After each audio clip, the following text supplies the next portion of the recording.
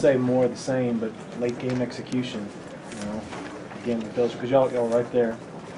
What are you, any specific play you're asking about? Which one jumps out to you? The broken play where Ellis gets the layup, makes it 64-61, seemed like just bad luck on y'all's part. Again, it's a loose ball rebound. Yeah, I mean that's not execution. That's part of the game, and you got to give him credit for coming up with it. I think one of them bounced off the backboard differently and ricocheted there, but you give him credit for being active, and all of those things happen.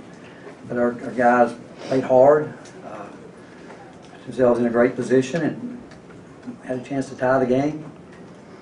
And disappointed for our guys because again, they deserve a better fate there, but it didn't happen. Overall, though, were you happy with the decision making down the stretch? Yeah, in terms of shot selection, things like that. Holmes' 3, and then Javon's. You talking about the last one of the game? Just kind of the last 5 minutes. Javon got fouled. You talking about the one we drove the foul in? Well, he got hit. I mean that's so. You asked me that last play of the game. Before I came in here, I wanted to know if that was because from where I was sitting, I thought it was. And before I put the headsets on, and you guys were sitting there, I don't know what you guys' opinion might be, but Jay Billis walked right up to me and said, "Rick, you got fouled." So I don't know if he did or he didn't. What I thought he did, and I don't think we shot a 1-on-1 in the second half until, what was it? Isaiah. But I'm sure the league put a statement out. They're going to come up with some comment that, whatever, kind of what they'll come up with something that is, So you're talking about Isaiah's spin move where he ended up last play of the game. Okay. And again, I haven't seen it. I'm just quoting Jay Billis. He's sourcing his people. Yeah. Yeah. Not unnamed. Well, what did you think of Isaiah's spin move where it looked like he got maybe his feet tangled up? The one that could have tied it. That's the play. You know what? We got talking about officiating and all that. I mean, I don't know other than hand checks, push offs, all that stuff. I mean, we got called for it, and I don't want to make this game about that. But if we want to get into a discussion about officials, we could do that for a long time. But those guys work as hard as they can. They do. I mean, there's no question they work hard. And after every game, coaches aren't going to be happy with it. And when you struggle like we have, and you're fighting to try to get things turned around, and it seems like when you're fighting as hard as we have, you do feel like everything goes against you. But the fact is, I thought our demeanor, there's no doubt our guys came in with the attitude, and I know they believed truly they could win this game, carried themselves up like that. We're not going to play perfect. We didn't have to play perfect. And yeah, we could take a lot of plays and say this, that, or whatever, but you look at the numbers, pretty even game, and they did a better job. We were 12 for 18 from the free throw line. They got there 32 times, and we could talk about that for a long time. And again, I'm not taking anything. They worked purposely, putting their head down, driving the ball, initiating that. So they get credit for that. And but there were a lot of good things. I mean, there really was for us.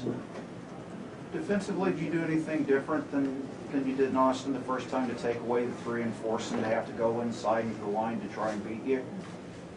Well, and again, they, I thought we did a lot of things differently in terms of defending, and they got some guys on the floor that can shoot the ball, but people are going to go at them, and that's what we want to do. We want to drive and get into the heart of their defense, but I thought our man defense was much better. I thought our ball screen, other than the first half, we did have 4 or 5 blown coverages.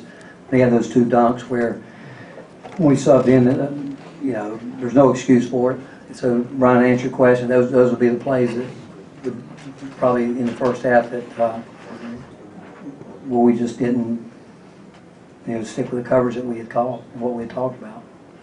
You mentioned that belief, you guys believing they could win. When you got up 6, you had a couple chances to kind of build it from there and didn't get it done. Well, again, I don't know if you have to build it, but we got to score, and I thought that again, we wanted to attack, run, we wanted to do that. I thought, really and truly, I thought, and I kept telling Isaiah, you could get down the lane if you want to get down the lane, and he did a better job in the second half. And they, on their ball screen, with their coverage, that if he had hesitated, he could get going there. But you still have to make some plays. I mean, you got to make some shots. There's no question about that. I thought we did a really good job with our special situations coming out, scoring some from OBs underneath. And again, there were some really good things for us, but and then at this game, sometimes you don't get rewarded the way you want to. But again, all we have left is Monday's game, and we see what we do that. Then we got to close it out at home on Saturday. Rick, in a way, has this 4-game stretch been kind of frustrating? Because it seems like you guys have played better basketball than maybe you have in a lot of the Big 12 conference season, but with 4 top 25 teams in a row, you come out of that stretch 0-4 and without anything to show for it. Well, and again, I think that what we've done, we're starting to get a little continuity, which we didn't have through the middle part of the year. And the fact that we are, I really felt the other night at West Virginia that John was starting to play well. He struggled, but again, you look at tonight, he struggled if you look at his shooting percentage. But again, there are a lot of good things. I mean, for us to go through what we've gone through and